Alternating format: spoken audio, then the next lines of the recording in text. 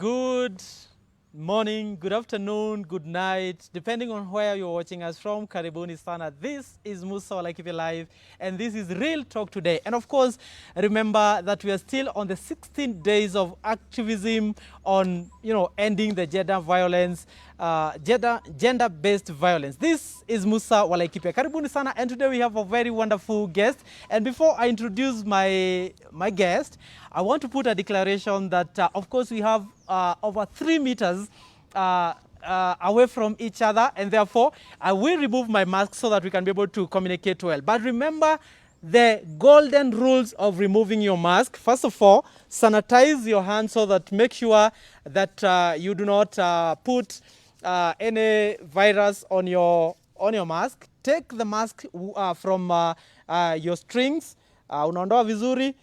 Kama mimi najua nikiwa na specs ni shida kidogo. Then make sure that you don't hold your mask from the inside. Hold it from the outside so that when you wear it again, it will still be clean. What I do to mine, I fold it like that outside, and then I can put it in my pocket so that I can put it on later when we start or we stop. This is MusaWaLaikipia. Karibuni sana. Remember to wash your hands, remember to sanitize, remember to keep the social distance, and of course, remember to wash your hands with running water and soap. Karibu sana. Leo tuko na wakiwa wengi wanaitagwa mayengs, lakini leo tuko na dem moja wa mtaani anaitwa, atajiintroduce in a moment. Anafanya kazi na Action Aid, na leo tunataka tuongee story ya end gender violence, gender-based violence, more so against women. It has been said that 1 in 3 women and girls experience either physical or sexual violence in their lifetime. That is scary statistics. Can you imagine? 1 in 3. What does that mean? That 1/3 of all women in the world, before they die, they go through assault. They go through a kind of a gender-based violence. This is very scary. Of course, boys also and men go through this, but today we are focusing on women because women are the most affected in this one. Today we have 2 guests. We have on my left, that I want to start with my guest on the left. Asalimia mashabiki wetu na pia our viewers pale nje. Unaweza share video yetu na hata unaweza uliza swali na pia na kucomment. Introduce, tell us who you are and what do you do for living. Thank you so much, MusaWaLaikipia. I go by the name Saumu Ali. I'm the current Mount Kenya Youth Hub coordinator and Action Aid Kenya. And I'm also the stand-up shout-out MusaWaLaikipia Division Director, and I'm glad to be here with you, Musa.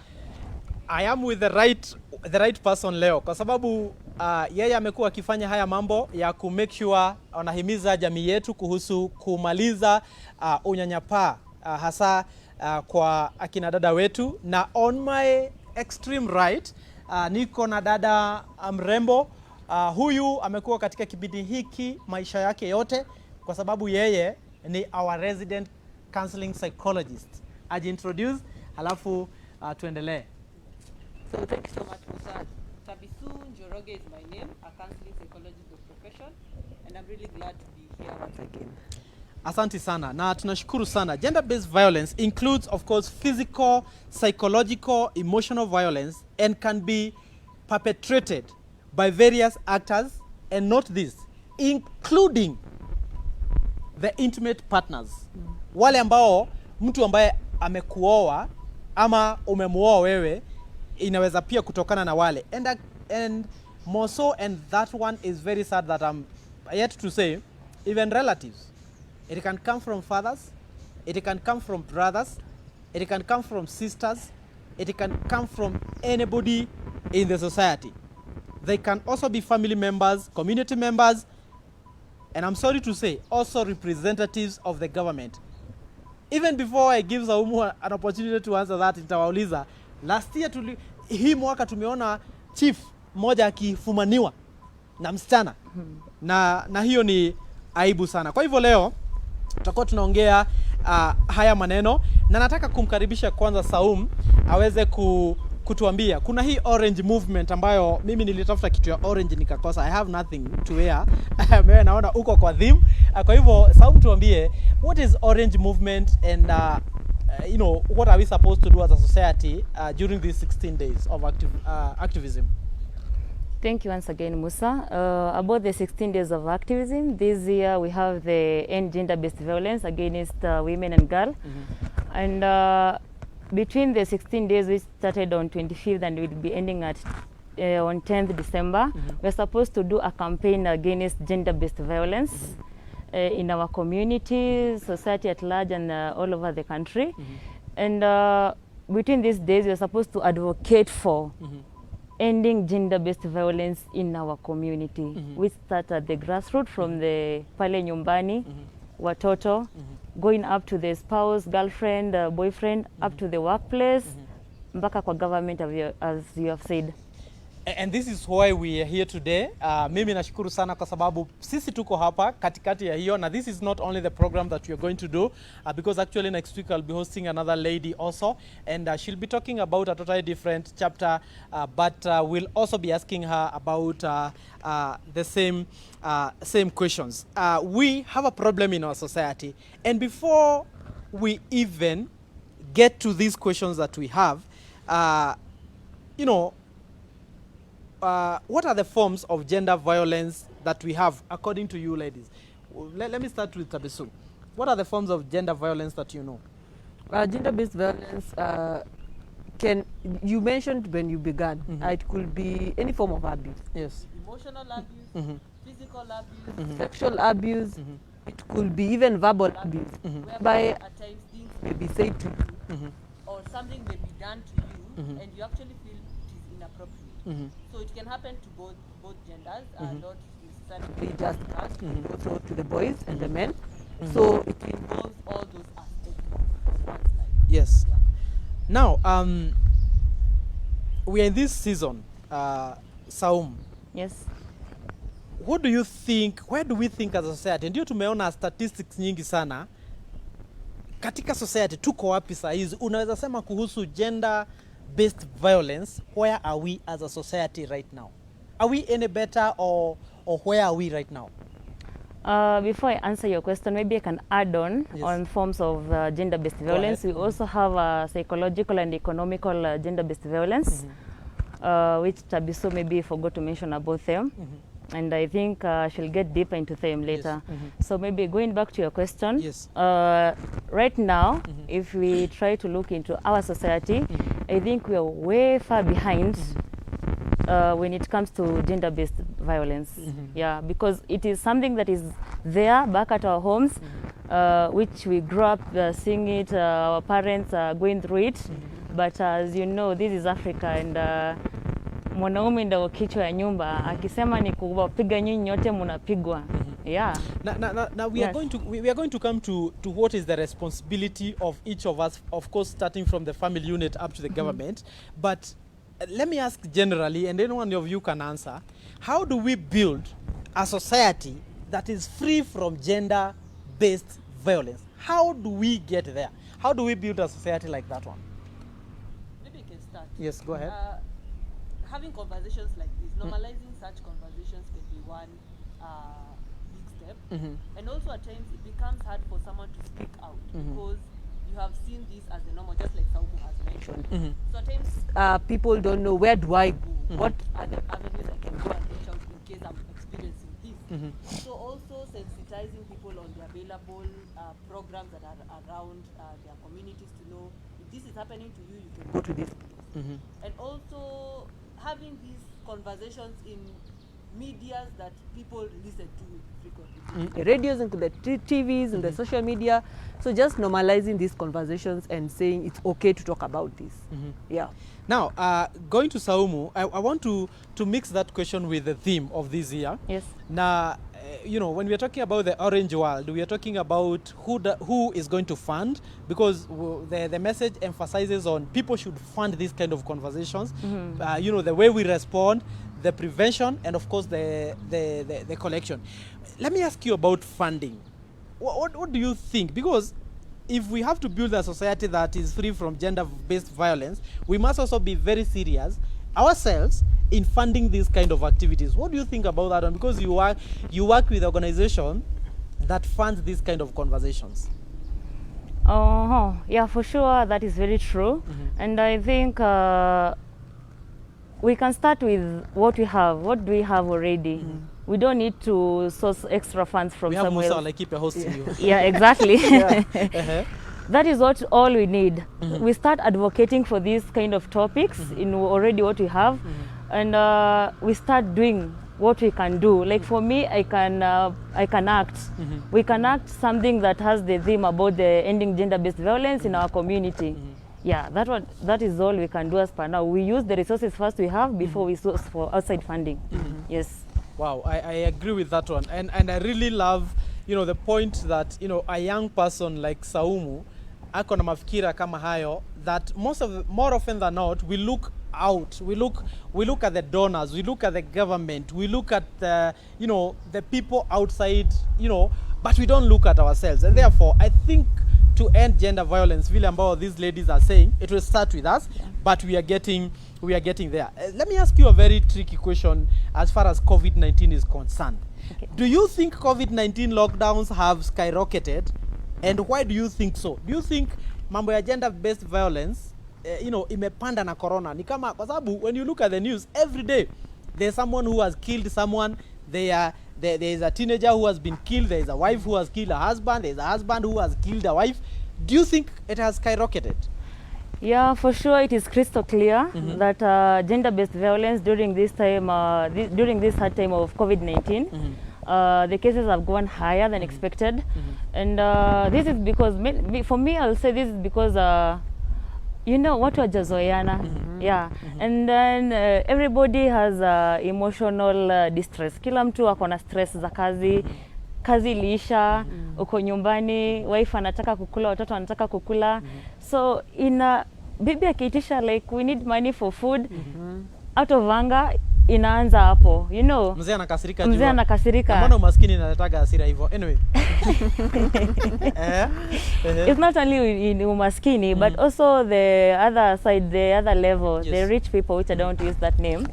And they go through gender-based violence. It's not supposed to be physical, but also economical or psychological. Unakuta bwana anaanza kuthreaten bibi yake like usinitishe pesa ya shopping this month. You know, such zinafanya yani the wife akuwe na mafikira mengi, mawazo mengi, and out of fear hata kuja kwa mtu kama mimi rafiki yake niambie, you know, bwanangu amesema I don't do this and this, and since wewe umesema matajiri nini, ataogopa kuonyesha wanalala njaa. So also psychologically it affects them. Na sasa hiyo ndio inaleta watu wengi sana wako na hasa tuseme wale wako middle level and above, unakuta wako na stress nyingi, wako na depression. I think that one also can cause. What do you think from a professional perspective? Why have cases skyrocketed na tunapata cases nyingi sana? Kila siku ukifungulia radio ama televisheni lazima kuwe na case moja, either mtu amepigwa ama ameuawa, mambo kama hayo. Why do you think imepanda hivyo professionally? Just like what Saumu has mentioned, I'll add, boundaries have been crossed. You know, anytime you have a boundary and someone goes beyond your space, kuna my space and your space and our space. So when you find that the boundaries have started being crossed, which could happen in the work setting, it could happen in the home setting, you find that these cases have gone up. And just like you asked, has COVID-19 escalated this? Yes, it has.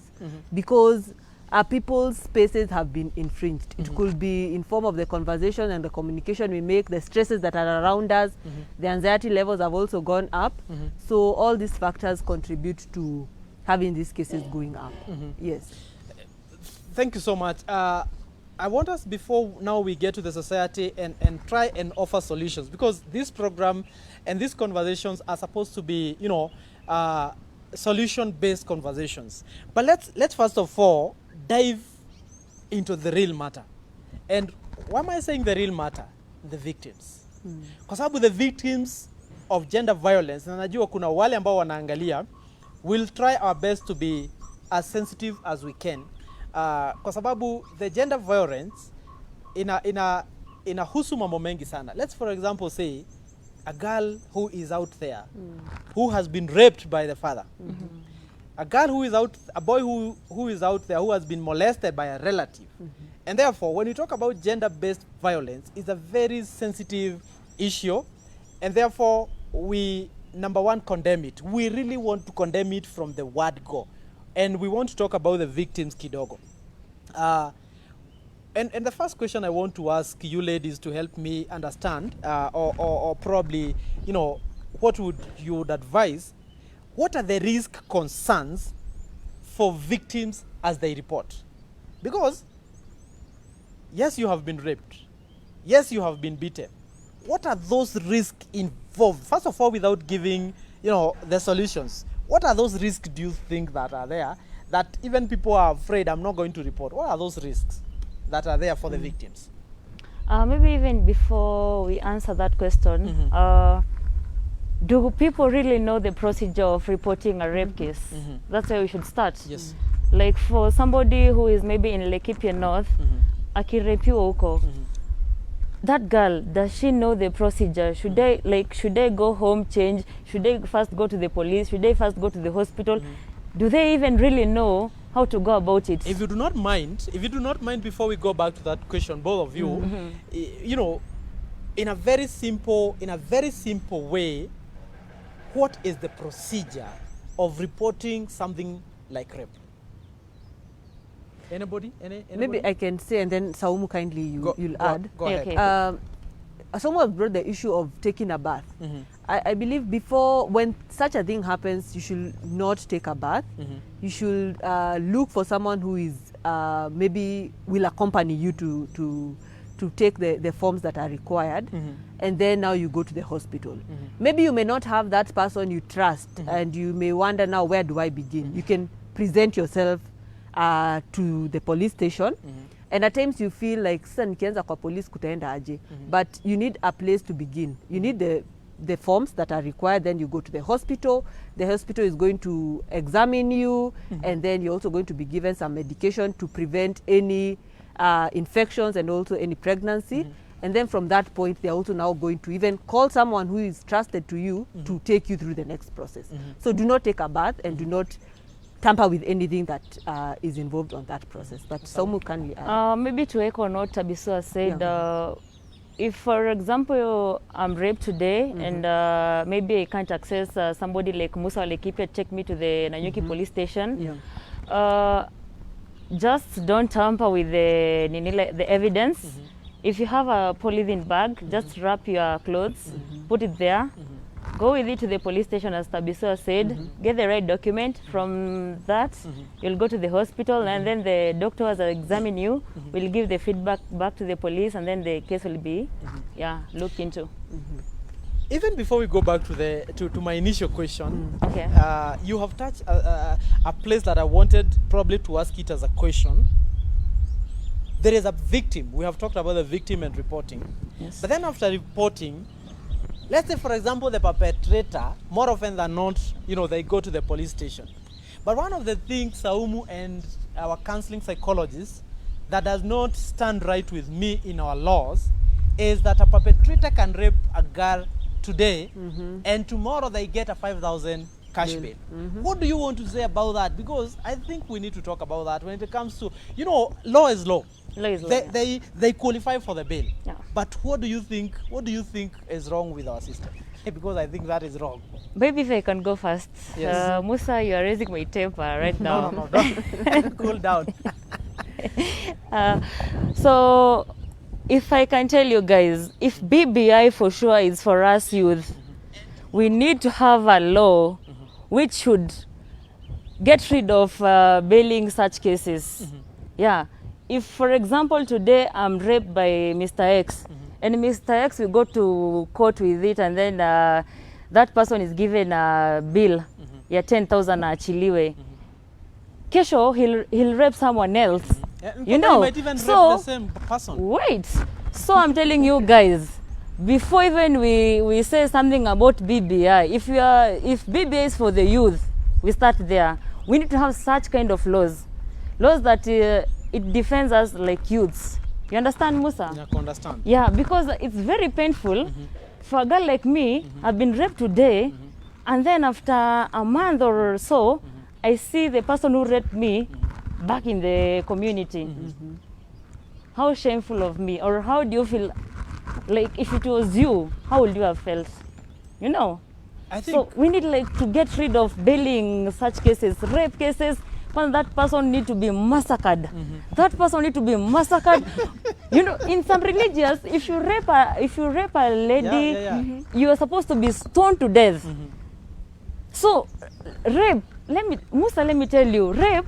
Rape is not something that we should take it as late as people try to take it in now this cool your community. temper so that I can help you also. What I think in our society we need, and this one we are talking to our parliamentarians, we are talking to our county assembly, is to, even as we talk about BBI and you know, passing it and stuff, there's what we call the penal code. There's some other laws in our country that does not make sense. There were the 1963, 1950s. Even after getting independence, we have not amended those laws, and therefore, I think a person who has been caught with gender-based violence, may it be rape, may it be beating someone to death, I think we should scrap giving them cash bail. Exactly, my point. We exactly. should scrap giving them cash bail so that the victims feel safe. Because the reason why I say this is a very emotive issue is, you know, girls are being raped every day, boys are being molested every day. And when that happens, the next morning, how safe is the victim?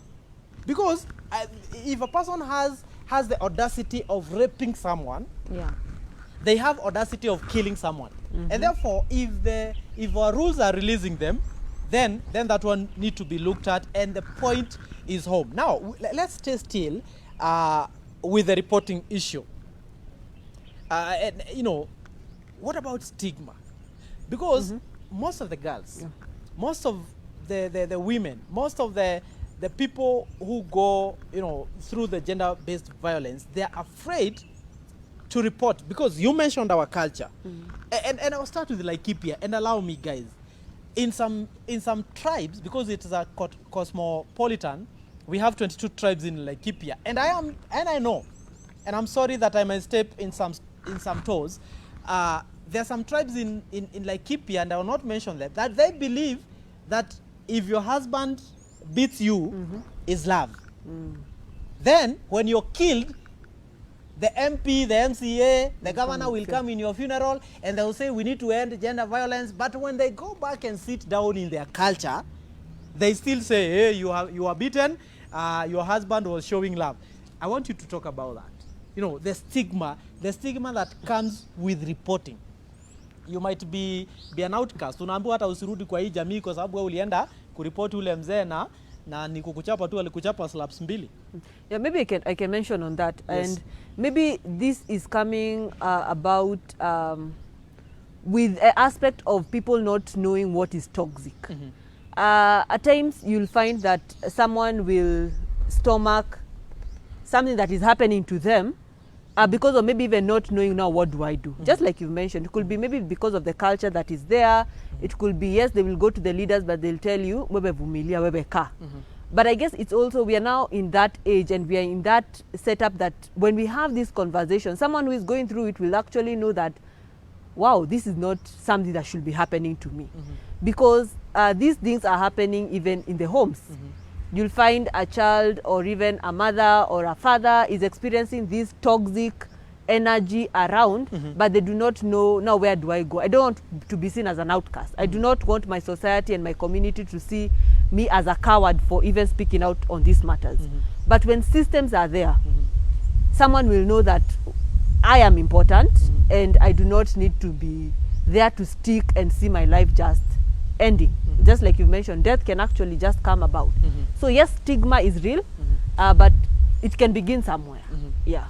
That's true. What do you think about stigma? You know, na wewe Saumu unafanya kazi na madem, wale ambao wako kile class cha chini. You know, youth wetu wale wanaishi majengo kule Kanyoni, you know, sisi ni watu wa kawaida hapa na Nyuki. So stigma iko vipi kule kwa ground, na do you think madem wanaogopa kureport kwa sababu ya stigma, labda, you know, Saumu ataniweka social media, so sijui watu watasema nini? Nini happen kwa ground na madem wetu na pia na ladies? Thank you so much for that question. For me, I'm raised in one of the slums in Laikipia, and I've seen all this. Growing up, for me, it hasn't been easy because I've nimelelewa in such an environment of all kind of sorts of issues. Umeona? So stigmatization is there for sure, and is one of the major problems in inafanya we have zero gender-based violence. Because for instance, leo mimi nimepigwa na mume wangu, tuseme for example, but I'm single guys, I'm very single.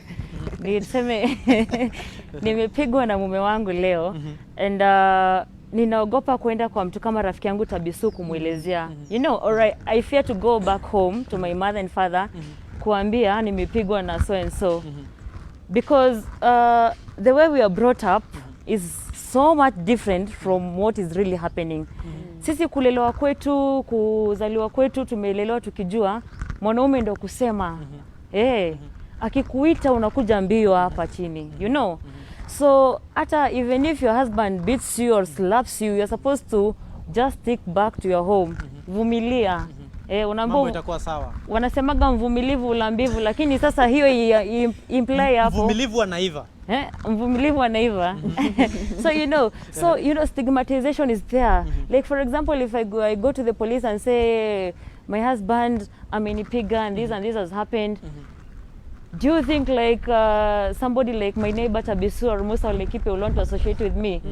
Atasema wewe una influence bibi yangu ende anishtaki polisi. You know, so stigmatization is there, and people fear to go to report such cases because out of stigma. Siati hawawezi, but out of stigma that is there in our community, it demoralizes people to step up and talk about it. But Saumu, nataka kubaki tu kwako kidogo. Yeah. Unfortunately mimi nimehudhuria mazishi ya mtu aliyeuawa na mkewe. Na nimehudhuria pia mazishi ya mtu ambaye mke aliuawa na bwana yake. Na sometimes ni mbaya sana.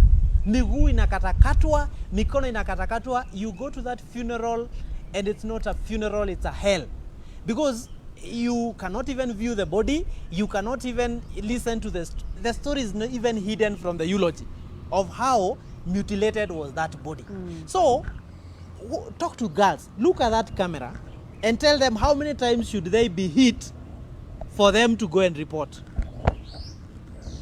Dear girls, dear my fellow young girls, dear my fellow aunties and my moms out there watching this, immediately somebody put their hands on you. That is more than enough. You are not supposed to be back in that relationship without taking further actions. As much as we love these guys, as much as we want to be in our families, as much as we want to raise our kids with their father, please, you're not supposed to go through all this kind of trouble so that your children can have a father. I believe in strong women. I believe in strong single moms out there. Is that okay? I believe in strong single moms who are out there that they decided to raise their children alone. But immediately somebody lay their hands on you. That is more than enough to just take an action.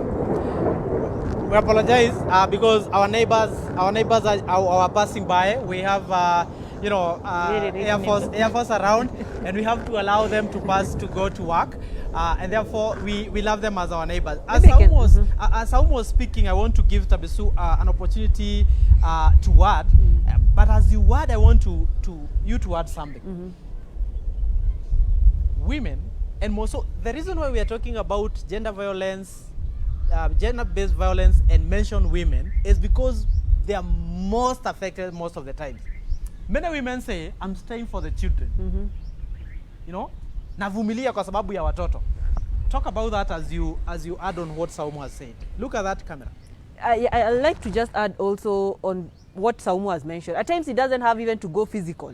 But the moment that you feel that emotionally you're even being abused, because at times the person may not raise their hands on you, but the things that are happening to you are enough to warrant, I'm not safe. And it's okay to talk to someone, and more so not just a friend, a professional. Seeking professional advice will help, because one, your confidentiality is going to be maintained at that point, And also this professional is also going to give you guidelines on where you can reach for the necessary help. The problem we have at times is talking to a friend will talk to another friend to say, niliambiwa na Saumu, where do I go? So when you seek professional assistance, confidentiality will be upheld, and it's good to categorize. Kuna wale quacks who will portray like professionals, and your story will be out there. So it's also good to counter check who is this person you're talking to. Then to answer your second question on what you have brought about is, now this, you have mentioned it and you want to stick there maybe because of the children. Remember, the biggest problem is allowing yourself and also your children to stick into that toxic environment. And the reason why I'm bringing about the word toxic again is, yes, you will want to stick because of the children, but the energies that they're going to be picking from that will actually be affecting them psychologically. The activities they're going to be seeing between you and your husband will also not be good to them. They'll go to school, but they cannot concentrate because of the things they're thinking about at home. So it's important to also put yourself first and ask yourself, yes, I want to stick here, but have I also sought the necessary help so that it doesn't affect my children? So I will not say it's okay or not okay, but you come first. Yeah. Absolutely, and I want to appreciate our viewers who are watching us from Facebook. I want to recognize a few that have even sent wonderful messages to our guests here. We start with Robo Mkare. Robo Mkare is a youth leader in Nanyuki and Laikipia also. Anasema we are following kutoka headquarters. Salimia Saumu na anafanya kazi nzuri. Kwa hivyo Saumu umesalimiwa na Robo Mkare na anasema asanti sana. Na kuna kijana mwingine machachari, rafiki yetu ana watch from Liki, anaitwa Mageto Kenya 2. Anasema Saumu, I'm so proud of you. Na anasema he's following. Na tunashukuru sana. This is a very wonderful young person. I'll bring them with Robo in this panel so that also wanaweza tupatia maoni yao kuhusu BBI na vile tutasaidia vijana wetu katika Laikipia County. Mageto anauliza swali, but before niulize swali pia kuna Joseph Kariuki, a friend of mine watching all the way from United States of America. Asante sana ndugu yangu. Mageto is asking, before we go back to the questions, what role does education play in preventing gender-based violence? Mageto, wewe umeona maswali yangu, but let's also first of all answer that. Saum, yes. What do you think is the role of education, our education system, in ending gender-based violence? I think as much as we talk about life skills in school, we need to start a topic about gender-based violence. We need to normalize this topic because as the Waswahili said, samaki mkunja angali mbichi. So if we want to end gender-based violence, we need to start down here. The guys in school, the young ladies, the young men in school, we need to start there. We need to normalize talking about gender-based violence. They need to understand, what do I need to do to avoid gender-based violence? If this and this happen, what should I do? Should I beat my wife? Should we sit down, talk about it, come up with a solution? You know, so I think gender-based violence is a topic that we need to introduce in Kenya as one of the major topics, come a life skill in our education system. Yes. Yes. Oh, that is good. Do you have anything to add? Actually, just what Saumu has mentioned here. Wonderful, wonderful. Let me read two other comments, and I'll read them as they are written because they have been written by our viewers. Alta is my fan, anasema, some women think they deserve to be beaten and believe they have wronged the other person. If Luke 6:29, she's quoted the Bible, is taken literally, then it can be misleading. I'll bring a pastor for that one of these days. Yeah. But anasema, if someone slaps you on the cheek, don't stop that person from slapping you on the other cheek. What do you say about that one? Ati Saumu, najua Saumu ni Muislamu, lakini katika Wakristo wanasema ukislapiwa hii unapatiana hii. What do you say about that one? I guess the context, it's important to also look at the context in which that verse was written. Yes. And what were they talking about even before that verse comes? Because at times we carry things literally and lose the meaning of what it really meant. Yes. So it's good to go back and look at the context, and just like you've mentioned, maybe someone who is good in theology can come and tell us that. But abuse is not something But that I'll you tell give back. Alta, we underline what Saumu said. One slap is Enough. more than enough. Yeah. And do not wait for the next one. Do not give the other cheek. Walk away. Go report. Because when you die, what is wrong with our African culture? Our African culture will always come and cry during the funeral, and when you report it, they want to stigmatize you. But go ahead, what you wanted to... For me, I want to echo on what Tabisoa said. You know, everybody has their different understanding of everything that is written or been said. My understanding is different from your understanding, and it's different from understanding. True. You know, so whatever Olata is saying here, maybe I may understand tofauti na venye mwandishi wa the Holy Book alikuwa anajaribu kusema. So I think it's good when professional people come in, try and interpret everything, because I don't think the Bible encourages for women to be beaten. I don't think the Bible encourages for gender-based violence. Yeah? Yeah, wewe ulisikia wapi? Ulisikia wapi? Wewe ulisikia wapi? Wewe ulisikia wapi? Asanteni fans wetu. Leo tuna mashabiki wengi sana wametutembelea. Kuna rafiki yetu sana, a very good follower of our program, and actually our supporter. Anaitwa Governor Richard Kamau. Ako kule upande wa Naivasha. Anasema there is more gender-based violence outside marriages than in marriages. The girls who are clobbered by boys every day are many. Are many. What do you think Actually, about it's that? very true, because entanglements have been on the rise. And you'll find that you are out there, someone is abusing you. Clobbering you and they have not married you. Yes, and you don't want to go even and either tell a parent or a close friend, because they'll be like, why are you in that relationship in the first place? So it is not right. I guess the bottom line, it's not right to even be clobbered, just like our viewer is saying, even when you're not even in marriage. Yeah. And we are saying that violence allows, silence allows violence. What do you think? Why do you think speaking up brings stigmatization? I think we have also, one of our viewers was asking that, but I know we have handled that. But the next big thing, Saum, before we will come to solutions and what your organization is doing, and also what the organization of Tabisu is doing, what is the role of social media in all this? Some people will really glorify, the gender-based violence. Some people will put the photos of women being clobbered out there. What do you think is the role of social media in ending gender-based violence? First of all, I want to thank the people who invented the new media, that is Facebook, Instagram, Snapchat, TikTok, and everything. It depends with how you use it, because the new media is here to help us come up with solutions. People are taking it for fun. But as much as it's for fun, let it be fun with an education message, So for me, I want to say social media is here to help us come up with most of the solutions that we have, most of the problems that we have, and we can really advocate for solutions in our media. As you try and see right now, kila mtu sasa yako tune in Facebook live, mwingine yako Twitter, mwingine yako Instagram live. There's so many TV channels ziko live. Those are all the new medias which were not there back then. Zamani ilikuwa KBC channel 1. Okay. Right now we have so many other Right now we have so many other channels, and luckily enough, if you look at our population right now in Kenya, 70% are the youth, and most of the youth are in these new medias, Facebook, Twitter, Instagram, So we as youth, we can advocate for ending the gender-based violence in our community.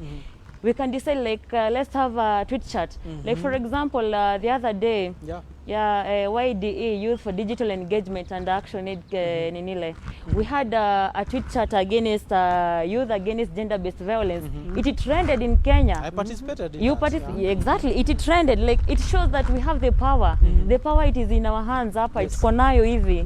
Yet we were so lazy or ignorant about taking the power to another level. And actually, someone said that there's nothing so dangerous like an idler with a mobile phone on the other side, with a digital phone. That's a dangerous thing. But we can also put it on a positive, that there is nothing so useful than a person who has some time and has a digital phone.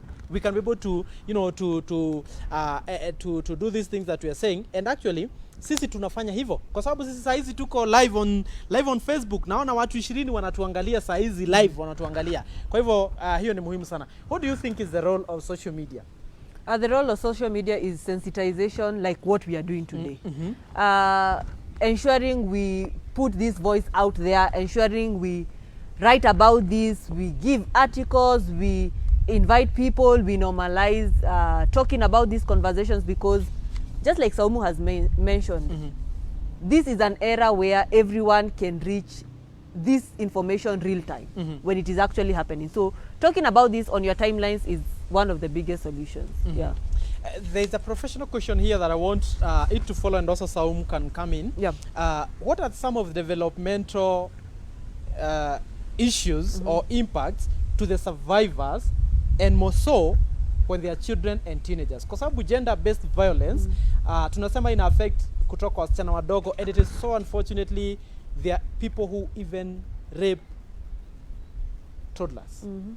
What are developmental issues that you would want to address as a professional ambazo, you know, zinafanya hata hii kitu ikuwe hata ngumu zaidi, kwa sababu mtoto akirepiwa labda akiwa miaka 5, miaka 2, hata wale ambao ni watu wazima, what are those developmental issues that come up? I'll base that on childhood traumas. And childhood traumas can fall in maybe the abuse either is done directly to the child or the child witnessed this abuse happening around them, either in the family. So you'll find that the child will start having trust issues, which is normally built between 0 to 3 years.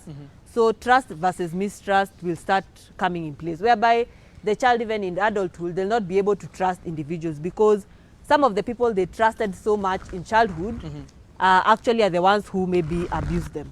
Also, another developmental problems will be even forming intimate relationships, which may come now from the ages of 16 to 25, because you found that the people who we are being asked to maybe form intimate relationships with are the same people who abused maybe my mom or my dad when I was growing up. So you'll find that there'll be an aspect of fixation whereby you're stuck in one particular stage because you're not able to go to the next.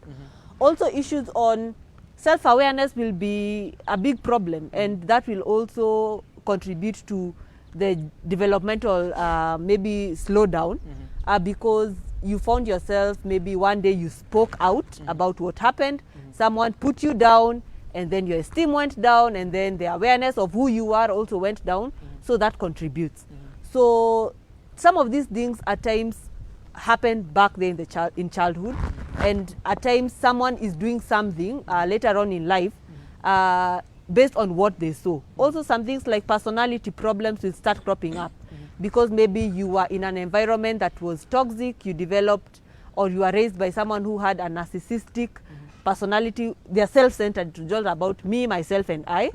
So later on in life, you find yourself having those traits, not because you want, but it's because something happened to you, but you do not know what it was.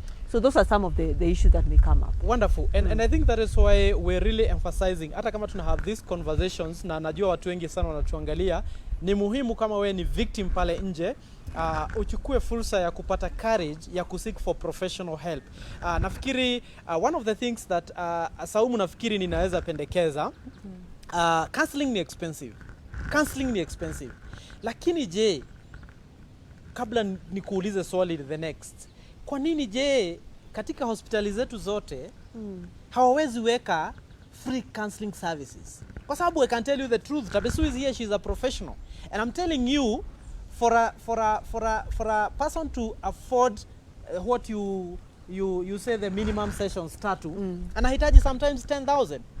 You know, our girls cannot afford that. Some families cannot afford that. So why don't we, what is your word to the Ministry of Health, who I know the CC is a friend of mine, kwanza ni ametupatia hii sanitizer, is a friend of mine. Kwa hivyo ongea na yeye kuhusu, you know, muongeleshe hapo kwa kamera na pia wale wengine wanatuwatch. What do you think as an activist, you know, na sipendi kuita jina hilo, lakini ndio sisi ni activists in the other world, counseling services, kwa sababu tukiambia watoto wetu na watu wetu waende watafute services, najua watakuwa hapa kwa inbox saa hizi, lakini tukiwaambia ni pesa ngapi, they run away. So talk to the Ministry of Health about counseling services for the gender-based violence.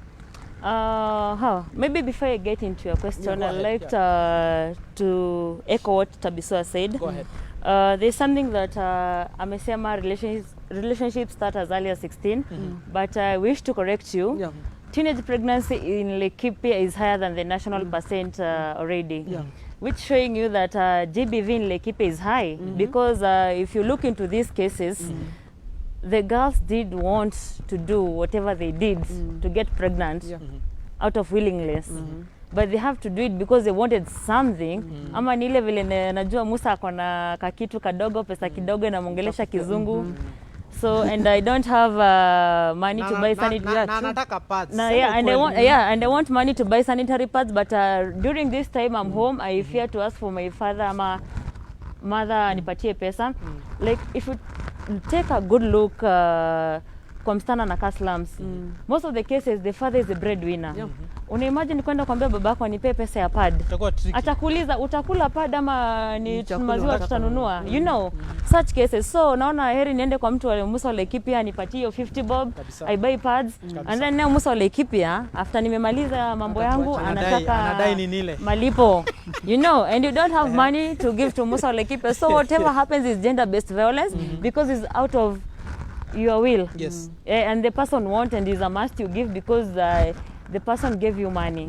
So teenage pregnancy is very something that we should talk about it in Laikipia, and which show that GBV in Laikipia is high as well.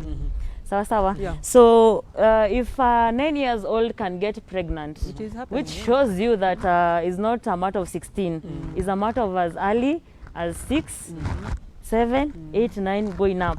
Sindio? Yeah. So that shows that we are growing up during this generation. We are really growing up so Very fast. quickly, yeah. Yeah, raka. And also Tabisu said something about the way people grows up around the maybe environment. You know, sometimes inakuwa kizaza.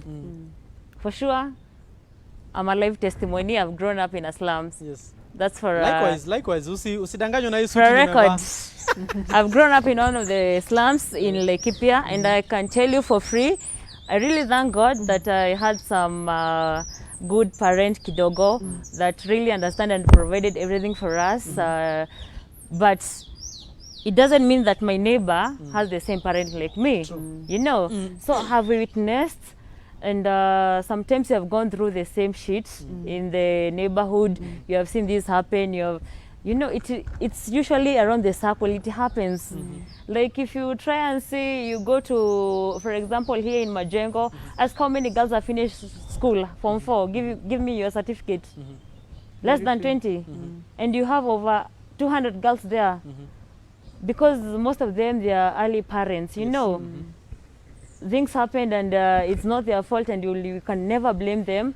And fair enough, watoto watalelewa in the same in the same environment. Yes. So showing you that likely enough the vicious cycle continues. Yeah. So like we really need to, the government really needs to focus in these slums. You know, as much as there are many people who are out there and they have gone to university, but if you come deep into the grassroots, you'll understand the suffer and the pain that is in there. You know, many girls want to go back to schools, but out of stigmatization, they can't go back. Si huyu alipata mtoto. Tunasoma na huyu alipata mtoto sijui nini. You know, you understand? So out of stigmatization, many young mothers cannot go back to school. I think the government is the high time you introduce, for a record, I've been a peer educator here in Ninile Youth Empowerment Center in Nanyuki. And for sure it hasn't been easy because sometimes I'm not a professional counselor as Tabisu. So for me, I've gone to a training for 2 and 3 days or a week, and I'm there in the office. So some kind of issue you listen to, sometimes it traumatizes us, and you don't know who to talk to because you can't expose the patient's ninile. You know, you understand? So like you die with it, but sometimes it becomes hard for you to take it. So like I'll urge the government, please, for the sake of our girls and for the sake of the future of tomorrow, and as you understand, the population of Kenya, women are many than the other gender. So we need like to empower these women as early as today or the government, and we can start as little as the county government of Laikipia, the CEC, Dr. Lenai. Yeah, Dr. Lenai is also my friend. Yes. Yeah. So Dr. Lenai, please, I beg, we can at least have, as for start, we can have two, because I know the cases in Laikipia for people who need professional counseling, and which is not affordable. Even for me, I can't afford 3 sessions, 10,000. Oh my God, that's a lot. That one I'll pay rent and I'll buy clothes. Yeah, that's a lot for true. me. And actually, I want to correct you. It's not 2, Daktari. Please, we want 3. We want 3. So that we can have one at the referral hospital in Nanyuki. And please, let him or her be available at all the time, 24 hours per day. And we are not less of counselors. Daktari, we can give you as much as you pay them. Then another one in Nyahururu Referral Hospital, so that one can serve the west side of Laikipia. And then the third one, we can either, I think, Doldol. Doldol is central enough because people in Rumuruti can go to Nyahururu, but people in Garindare, there's no reason why they should come to Nanyuki. Let them go to either Doldol, so that we can have these issues solved. So Daktari, we are really asking you, and I know you're my friend and you're going to watch this, and actually I know you're watching, we are really asking, believe it or not, ladies, this is one of the panels that I've had, and 1 hour is going just like that. We are 5 minutes away from time, but I'll add you 10 minutes so that we can answer 3 more very important questions. I want to start with Saumu. Yes. I want us 3 of us to ask ourselves, what is the role of the victim? What is the responsibility of police? What is the responsibility of religious institutions, the family unit, the government, and as well as a society? But before we get there, Saumu, what is Action Aid doing? Because you're there. What are you doing in the 16 days of activism against GBV, and how can us as a society participate? Tell us what you're doing, and how can we participate as a society, not even only for these 16 days, even beyond. Go ahead. Thank you so much, MusaWaLaikipia, and Action Aid, or Mount Kenya Youth Hub, or Activista Laikipia. There's something we call feminism, where feminism we talk about ending all kind of inequality against women, and is not only women but also men, but majorly focus on women and young girls in the community. During this time of 16 days of activism, we have had several campaigns about oranging the world, and the oranging the world is ending gender-based violence in our community or the world at large, because it's a widely theme. And we launched the 16 days of activism, and we'll be having more engaging activities and campaigns. As long as you're in Twitter, as long as you're with us, you can follow me, by the way, on Twitter at Amor Saumu, and on Facebook at Amorte Saumu. Any other platform that I go by the names to Amorte Saumu. You can always check at my post. I usually post everything that is happening. So Action Aid is really trying to fight this. As much as we are talking here, it's also trying as much as we can do it in so many counties, not only in Kenya, but other countries. So this is something that Action Aid is really supporting as much as I'm in the loop. And it's something that we can do in partnership with MusaWaLaikipia Live, with a partnership with Tabisu as a professional counselor. Yeah, we really need to end gender-based violence. It has become another pandemic in Kenya. As much as COVID-19 is a pandemic, we have the second pandemic, which is teenage pregnancy, which encourages gender-based violence, because teenage pregnancy doesn't come as easily as people are thinking. Yeah. So as much as teenage pregnancy is the second pandemic, the third pandemic is gender-based violence, which I think everybody around Kenya should really, and outside Kenya, should really encourage people to end gender-based violence. And they ask the government, please, the government of Kenya, please, the government of Laikipia County. We can always work together. You can always come up with solution. Find people who are so in touch and passionate with the youth, like MusaWaLaikipia. Find people, young youth like Tabisu, who are so professional, and they can guide us as youth, because we don't want to go to the hospital and find all the people there. You know, it's hard for us to talk to people like your mother. But it's easy for me to talk like somebody like Tabisu, because I see Tabisu is ni teen kama mi, you know, ni youth. Ya hata nikimwongelesha Mbogi, Mbogi, na nilikuwa nakota kuambia Mbogi yako ina watch hapa, hata OTC ana watch. You can imagine hata Mbogi, wewe umevuta Mbogi. Nikienda huko niseme mambo ya Mbogi, niongee Sheng, at least Tabisu can relate than going to meet someone older who cannot understand the current language. True. So I ask the government of Laikipia, please, we need people to be there, young people who are professional and have qualified to be in this office of counseling.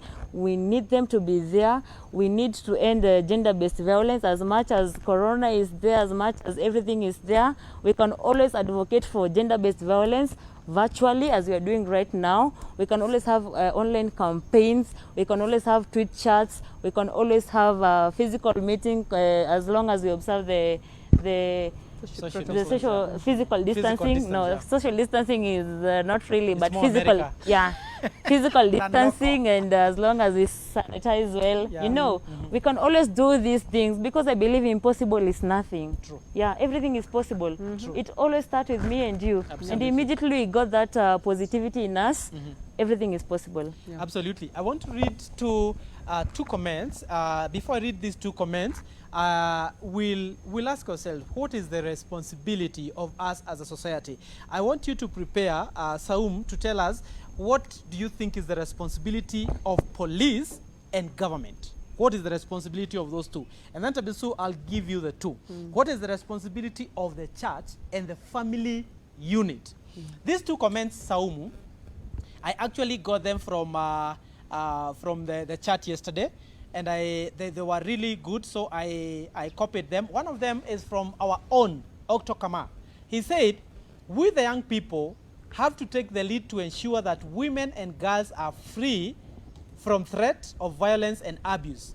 We will continue to use our voices and speak up against gender-based violence, not today, but now. That was from Oktokama. That was a very good comment on yesterday's chat, #youth against GBV.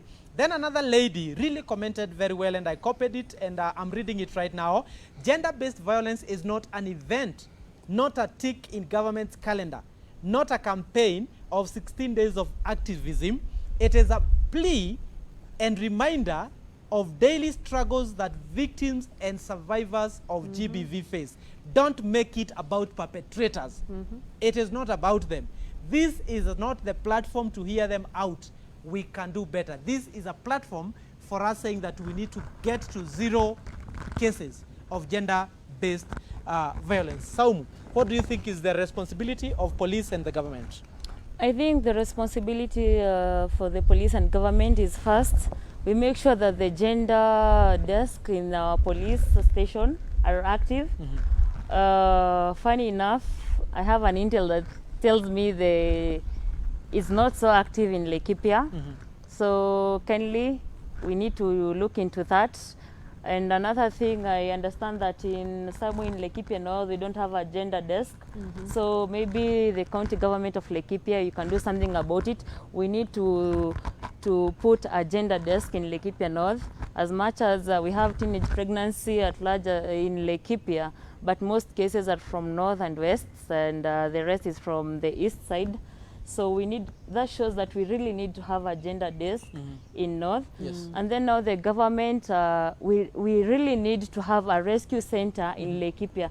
As much as we are talking about having gender desks, if I go there and my culture doesn't allow me to go and report such cases, maybe I'm disowned or chased away from the home, where do I go? I need to be rescued. So I'll ask the government that we really need to open a rescue center for our girls and some of our boys in Laikipia, because this is something that we really need.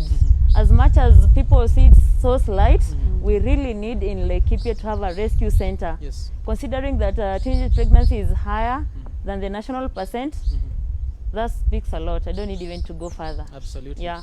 Thank you so much. That is Saumu.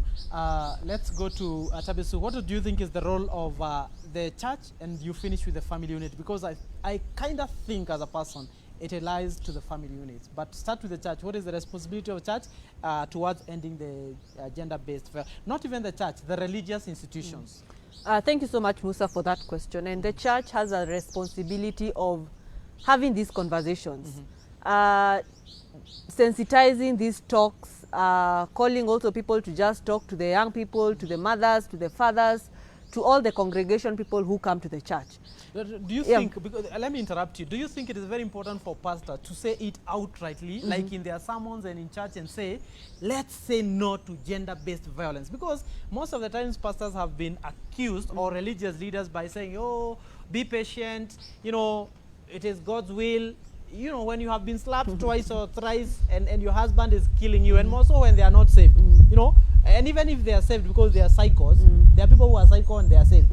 So what do you think? Do you think it is very important for the pastors to come outrightly, you know, and say, please say no to gender-based violence? Musa, before you continue, I know this one. it is not only in Christianity, because you are putting this so specifically at the I church said and pastor. religious institutions. Even in other religions, it is not only in Christianity that gender-based violence is going on. Yeah. Yes. So you know, you don't need to be so specific on this. You need to, as a specialist, as a professional, you need to talk generally, religiously. True. We have Muslim, we have pagans, even pagans have religion. We have Hindus. We You know. even have, what do we call them in Kenya? The Adhists. Hey, exactly. So you don't need to say pastor. You don't need to say Christian church. You know, we have mosque. So we have religious yes. leaders then need to stand up, you know. And the reason why I'm very specific on pastors, because I've had other religions, you know, they come out very, very, very clear. And it is time now we call upon our religious leaders to come out. The press statements you're doing for BBI, come also with a press statement of saying no to gender-based violence. We shall pray and we shall believe in God to help us. But it is also very important for us to say no to gender-based violence. Yeah. So go to the family unit, because it's very important. And also, just to add on that, Yes. also the church, not even really the church, the religious institutions should also come up with a place in which their congregation can also visit Like for safe professional, space, yeah. yes. A safe space could be support groups that individuals can be called upon, and they can meet even once a week or frequently with a professional to just come and relieve themselves from what is happening to them. So these institutions can create that safe space where people can come and talk about the issues. The family. It's unfortunate that issues are beginning back at home, or rather within the family unit. It could be within, from a relative, it could be from your immediate family. So the family needs to know that what you do affects this individual for a lifetime. And even in the family, the victim is also there. And it's so unfortunate that at times the person who is going through the GBV does not have a person they can trust within the family unit. So it's the high time that the family and we also stop telling people that stay there for as much as you are being harmed.